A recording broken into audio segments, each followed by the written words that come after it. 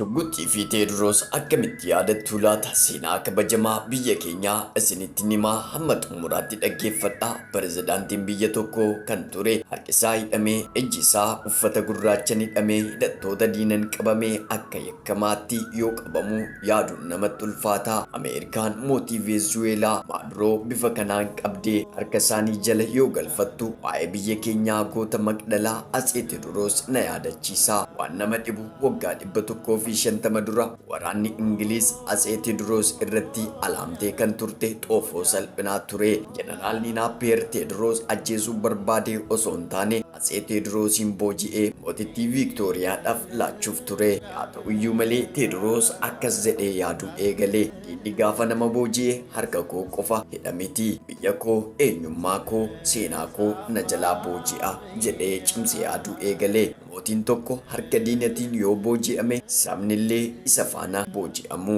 Yeroo kana Teediroos filannoo lama qaba ture. Akka Maadurootti harka diinaan booji'ame itti qoofamu yookaan immoo harka diddaa garbummaatiin qabamu jedhee seenaa addaa galmeessisuudha. Yeroo kana shugguxii isaanii baasanii afaan isaanitti qajeelchanii harka koon kennadhu seenaa biyya koo maqaa biyyoota booji'amanii keessatti hin barreessisu. Yaa saba koo nagaatti jedhanii biyya isaanii fi saba isaaniitti nagaa dhaammatanii har'a mootii Venezuelaa Maaduroo laallee yoo gaddinu garuu mootii biyya keenya Itoophiyaa Atsee Teediroosiin yoo yaadannu keessi keenya gammachuudhaan guutamaa. Ani qaxalee keessaniif tudha. Jalqabarraa kaastanii amma ammaatti waan na dhaggeeffattaniif kabaja keessan guddaadha. Horaa bulaa deebanaa.